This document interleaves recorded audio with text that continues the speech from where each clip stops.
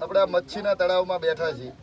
સમાજને કાયમ મચ્છીના ખાતા મળે આપણને રાજકારણમાં કોઈ સારું ખાતું નથી મળતું. તો આ તળાવમાં બેહીને તમને સમાજ વિશે શું કહેવાનું મન થાય છે? વિજયભાઈ, તળાવમાં બેહીને તો ઘણું બધું કહેવાનું મન થાય છે.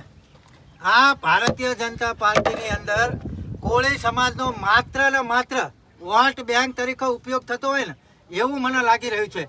ખરેખર તમે વિચાર કરો કે આજ દિવસ સુધી કોળી ઠાકોરનો મુખ્યમંત્રી બનાવ્યો ખરો? ઉપમુખ્યમંત્રી બનાવ્યો ખરો? ગૃહમંત્રી બનાવ્યો ખરો? બાકી પી ફોર પી તમે જાઓ હોસ્ટેલો ઠેર ઠેર એમના સમાજની ચાલુ.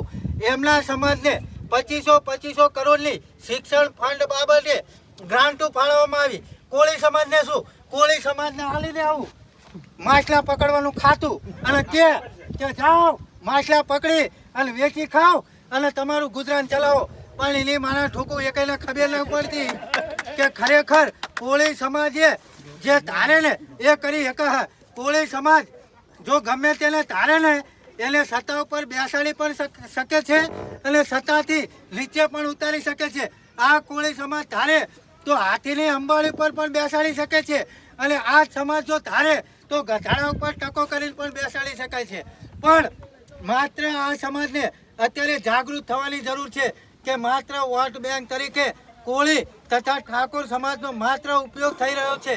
પરંતુ ક્યાં સુધી? ખરેખર જો જિલ્લા પંચાયતની અંદર વિજયભાઈ અત્યારે આપણે વાત કરીએ તો જિલ્લા પંચાયતનો પ્રમુખ આપણે બનાવવો હોય ને તો પણ એવું કહે છે કોળી ઠાકોર નહીં. એટલે જેમ ભાઈ અમે ઓબીસી સમાજના છીએ એટલે અમને તમને સાહેબ કહેવા પડે એ તમને ગમતું નથી. ખરેખર આ વ્યવસ્થા બદલાવાની જરૂર છે. સમાજને જાગૃત થવાની જરૂર છે. અને આપણે કોઈ માછલા પકડવાના ખાતા નથી જોતા. આપણે જોતા છે તો ગૃહમંત્રીના ખાતા જોતા છે, મુખ્યમંત્રીના ખાતા જોતા છે અને ઉપમુખ્યમંત્રીના ખાતા જોતા છે. બાકી આપણે માછલા પકડીને આપણું ગુજરાન ચલાવવું નથી. આ મારી નમ્ર વિનંતી છે વિજયભાઈ.